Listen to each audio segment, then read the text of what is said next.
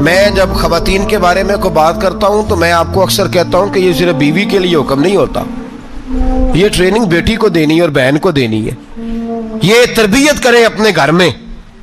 میں تجربے کی روشنی میں یہ بات عرض کیا کرتا ہوں کہ بھائی بچے باپ کے فرما بردار اس وقت ہوتے ہیں جب اماں انہیں باپ کا فرما بردار کرتی ہے، اور بچے باپ کے نافرمان بھی تب ہوتے ہیں جب اماں انہیں باپ کا۔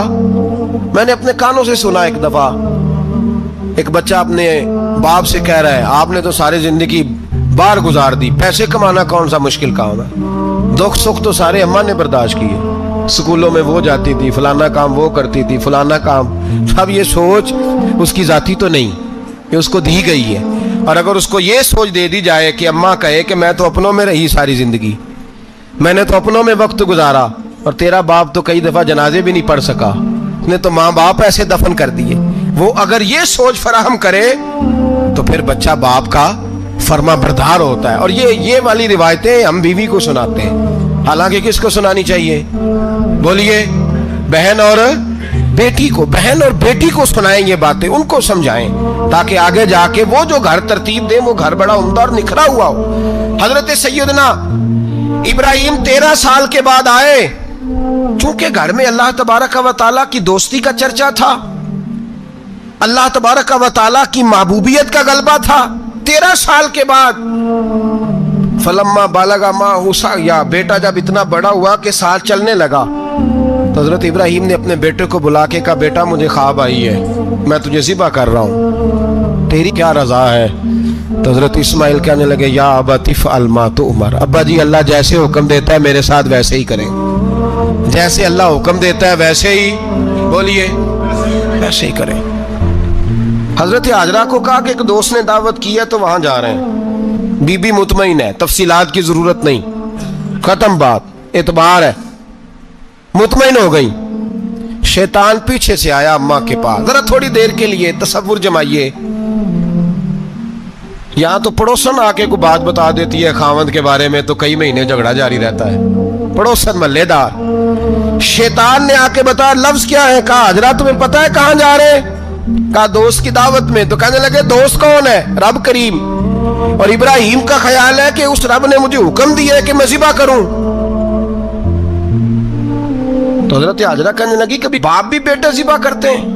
تو شیطان کہنے لگا ان کا خیال ہے کہ ان کے رب نے حکم دیا ہے۔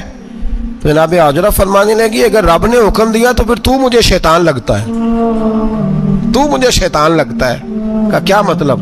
فرمانے لگی اگر رب کریم کا حکم ہے تو میرے پاس ایک اسماعیل ہے، اگر 1000 بھی ہوتے میں سارے اللہ کے راستے میں پیش کر دے دیتی، مالک کا ہی تو ہے سارا کچھ، اسی کا ہے، اس میں لیت اللہ کی کیا گنجائش؟ حضرت سیدنا ابراہیم علیہ السلام نے بیٹے کے حلق پہ چھری رکھ بھی دی اور چھری چلا بھی دی، رکھ بھی دی، اور وہ تو اللہ کریم نے فرمایا یا ابراہیم قد صدقت الرؤیا، ابراہیم تو نے خواب سچا کر دکھایا، وہ قیامت تک تیرا نام رہے گا۔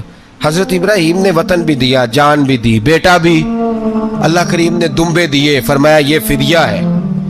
اب یہ قربانی قیامت تک حضرت ابراہیم کے طریقے کے مطابق جاری ہے۔ حضرت ابراہیم بہت بڑے مہمان نواز تھے، بہت بڑے۔ آپ جب مصر میں قیام تھا تو بڑے بڑے لمبے چوڑے لنگر پکتے تھے، لوگ آیا جایا کرتے تھے، بڑا تفصیل کے ساتھ کھانا ہوتا تھا۔ مہمان نوازی آپ کی خاص صفت مبارکہ ہے۔ ہمارے ہاں بھی مہمان نوازی ہوتی ہے امیروں کی، بلکہ اب تو مہمان نوازی اس طرح کی ہے کہ کل تیری میرے پاس دعوت ہے اور پرسوں میری تیرے پاس ہے۔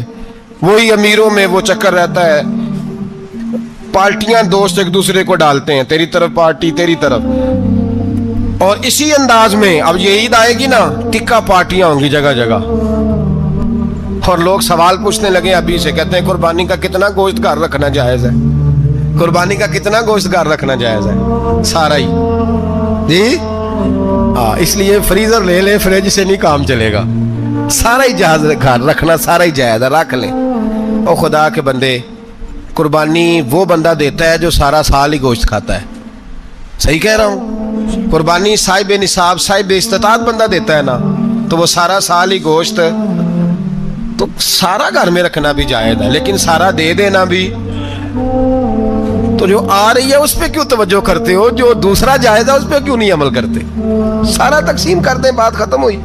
یقین کریں محرم میں جا کے دوست ٹیلی فون کر کے سوال پوچھتے ہیں، کہتے ہیں صاحب سنا ہے قربانی کا گوشت محرم میں کھانا جائز نہیں۔ میں کہ نہیں، ربیع الاول چ بھی جائز جے، رجب رمضان تک کھاؤ، کوئی بندہ نہیں منع کرتا، اس لیے کہ کسی کو دینا تو پسند ہی نہیں، یا پھر اس میں سے جو خاص خاص چیزیں ہیں وہ اپنی فریج میں اور باقی جو ہے وہ دوسروں کے لیے۔ یہ کیا طریقہ ہے ہمارا؟ قربانی اسلام کا ایک خوبصورت ترین عمل ہے، یہ محبوب ترین عبادت ہے اللہ تعالیٰ کی۔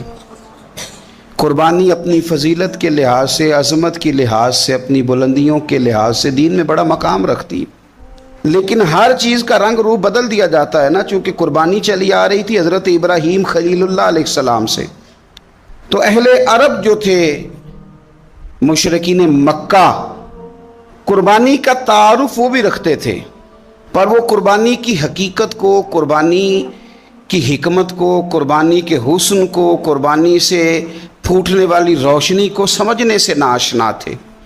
وہ کیا کرتے تھے کہ جب وہ کوئی قربانی کا جانور ذبح کرتے تو اس کا جو خون ہوتا وہ بیت اللہ شریف کی دیواروں کے ساتھ مل دیتے۔ قربانی کے جانور کا جو گوشت ہوتا وہ لا کے بتوں کے سامنے رکھتے کہ یہ خون کعبے کی دیوار سے خون ملنے سے اور بتوں کے آگے گوشت رکھنے سے شاید ہماری قبولیت ہو جائے گی، ہم نے جانور ذبح کیا ہے۔ کمال ہے میرے رب کریم کی کتاب کا انداز بھی۔ قرآن مجید مختصر الفاظ کے اندر، مختصر جملوں کے اندر، اجمال کے اندر اتنی بڑی تفصیل بیان کر دیتا ہے کہ انسان کے ذہن کے، دل کے، دماغ کے دریچے کھل جاتے ہیں۔ اللہ کھانے پینے سے پاک ہے، بے نیاز ہے مالک۔ رب کریم نے فرمایا لن ینال اللہ لحومها، فرمایا ہرگز نہیں پہنچتا اللہ کی بارگاہ میں تمہارا گوشت، ولا دماؤها، اور نہ ان کے خون، نہ اس جانور کا گوشت اللہ کی بارگاہ میں پہنچتا ہے، نہ خون پہنچتا ہے، تو مالک پہنچتا کیا ہے؟ ولیکن ینالہ التقوی منکم، بلکہ رب کی بارگاہ میں تو تمہارے دلوں کا تقوی پہنچتا ہے۔ تمہارے دل میں کیا ہے، تم اپنے رب کی رضا کتنی چاہتے ہو، یہ بات جاتی ہے۔ گوشت اور خون تو یہاں رہ گیا، فرمایا نہ اللہ کی بارگاہ میں خون پہنچ رہا ہے جانور کا، نہ گوشت پہنچ رہا ہے، دل کا تقوی پہنچ رہا ہے۔ معنی کیا ہے کہ جانور خریدتے وقت بھی اپنے دل سے پوچھنے نا تیرا دل کیا کہتا ہے، نیت کس سے جانور تو لے رہا ہے، تیرا ارادہ کیا ہے، اور جب تو ذبح کرے تو بھی اپنے دل پہ توجہ رکھ، تیرے دل میں اس کے لیے کیا ہے، تیرے دل کے اندر تقوی کتنا ہے، اللہ کی رضا حاصل کرنے کا جذبہ کتنا ہے۔ اور جب تو اس کا گوشت بانٹے تو پھر بھی تیری نظر آنے والے بندے پر نہیں ہونی چاہیے، جس گھر میں گوشت جا رہا ہے اس گھر پر تیری نظر نہیں ہونی چاہیے، بلکہ تیری نظر تو رب کی رضا پہ رہنی چاہیے۔ اللہ کی بارگاہ میں جو چیز جائے گی وہ دل کا تقوی جائے گا، اپنے دل پر محنت کی جائے، دل کی خواہشات، دل کی نیتوں کو، ارادوں کو صحیح کیا جائے۔ ایک آیت نے سارا فلسفہ بیان کر دیا کہ نہ وہاں خون جاتا ہے نہ گوشت جاتا ہے، وہاں تو تمہارے دل کا تقوی جاتا ہے، تو جس چیز نے وہاں جانا ہے اس پر زیادہ توجہ ہونی چاہیے تھی، اس کا زیادہ خیال ہونا چاہیے تھا۔ یہ فلسفہ ہے قربانی کا کہ آپ کی نیت کیا ہے، کسی کام کے لیے آپ کا ارادہ کیا ہے۔ ہمارے ہاں قربانی کے ساتھ جس طرح جانور منسلک ہے نا، کہ قربانی میں جانور ہونا بڑا ضروری ہے اور قربانی کے لیے پیسے ہونا بڑا ضروری ہے، اسی طرح قربانی کے اس سارے سیزن کے اندر کسائی کا بھی بڑا رول ہے، اس کا بھی ایک بڑا کردار ہے، وہ بھی بڑی اہمیت کی حامل پرسنالٹی ہے ان دنوں میں، اور پہلے سے بڑے سارے معاملات ہیں، اور اس دن کسائیوں کے جو معاملات ہیں ان کی جو بھاگ دوڑ ہے وہ بھی ایک پوری داستان ہے، چونکہ بہت ساری جگہوں پہ انہوں نے جانا ہوتا ہے، اور جہاں وہ بیٹھے ہوتے ہیں ان کو بھی کافی جلدی ہوتی ہے کہ جلدی سے جانور ذبح ہو جائے، جلدی سے گوشت بن جائے، اور جس جگہ انہوں نے بعد میں جانا ہوتا ہے ان کے بھی 15 فون آ چکے ہوتے ہیں، تو وہ جو خاص اسلام حکم دیتا ہے اس موقع پر، اور نبی پاک علیہ الصلوۃ والسلام کی جو خاص نصیحتیں ہیں